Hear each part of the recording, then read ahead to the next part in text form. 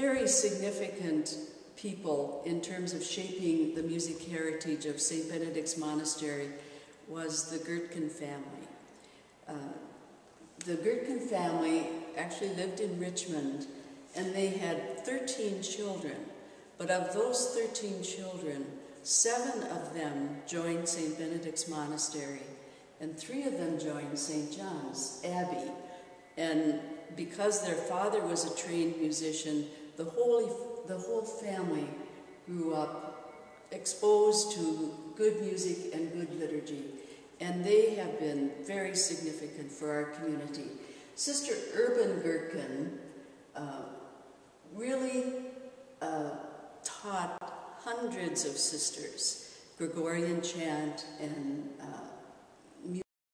And in turn, those hundreds of sisters are the ones then that went out into the parishes and schools, very prepared to teach and to spread that experience and learning to the next generation.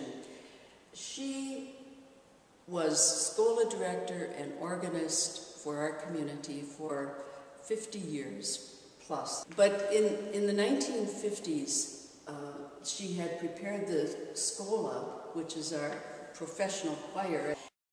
There were recordings made, and we now have digitized those records and are able to play those numbers, and they are part of our exhibit presentation.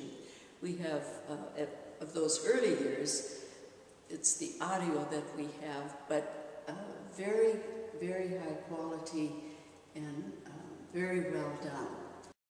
She had a sister, Sister Cecile Gertken, who then continued working in that area, and her contribution came during the 1960s, 1970s, and 1980s, because that was the time when liturgy was changing. We were changing from Latin to English, and that, of course, affected all of the music, which prior to that time had been done as Gregorian chant and in Latin for all of our Eucharist and Divine Office liturgies. So Sister Cecile made the very significant contribution of translating all the Latin texts into English. And then, of course, the music, it didn't quite match with the music, so she really had to adapt the music text to the English translation. And she worked many years and not only did it for our community, but published these works and made them available